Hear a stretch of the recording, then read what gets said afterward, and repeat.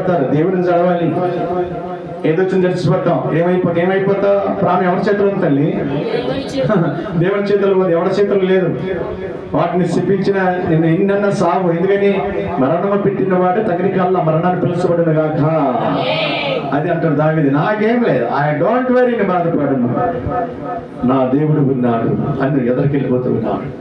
అది కాపురిలో ఉన్న యొక్క లక్షణం, గమనించే వాళ్ళ యొక్క గుణలక్షణం. నీ గుణలక్షణం దేవునికి కావాలి, ఆయన లక్ష్యాన్ని కనబరిస్తాడు. గురించి గమనిస్తున్నావా?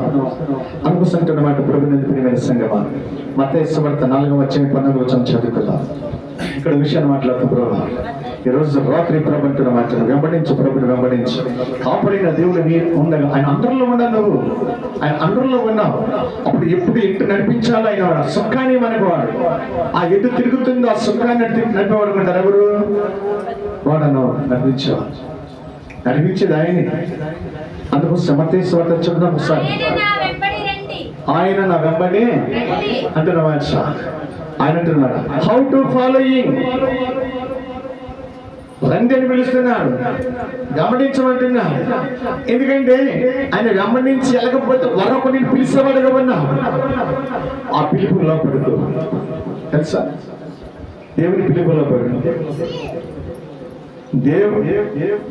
చూడండి నీకు విషయం, గొర్రెలు కాపుడు కూడా కొంచెం చమత్కారం పిలుస్తాడు తెలుసా. గొర్రెల్ని పిలుస్తాడు లేదా?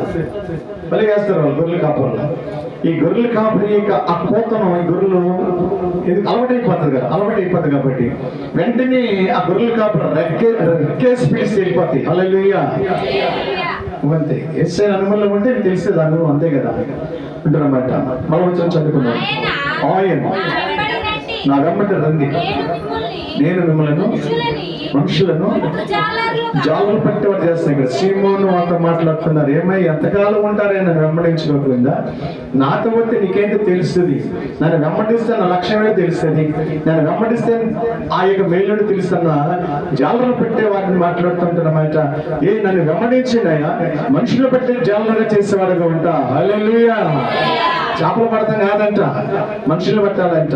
వీళ్ళు ఎప్పుడు అందుకని చేపలు పట్టేవాడికి తెలుసు ఎప్పుడు వెళ్ళి పట్టాలో, ఎక్కడ ఉంటుందో, ఎలా ఏ ఆటుపోటు వచ్చినా జాలర్కి తెలుసు, సముద్రంలో జాలర్లకి. హల్లెలూయా.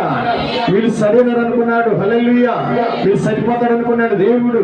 అటు ప్రపంచమాట అనేక మందిని దేవుడు పిలిచాడు, కానీ అందులో కొందరినే దేవుడు సెలెక్ట్ చేశాడు ప్రజల్లో. ఈ రోజు నీవు కూడా ఆలోచించు. దేవుని విషయంలో జాగ్రత్తగా ఉంటే, దేవుని విషయంలో వెంబడిస్తే ఎల్లప్పుడూ అదే స్థితిలో ఉంచడం ఆయన నీ జీవితాన్ని మార్చబడిన గాక. నీ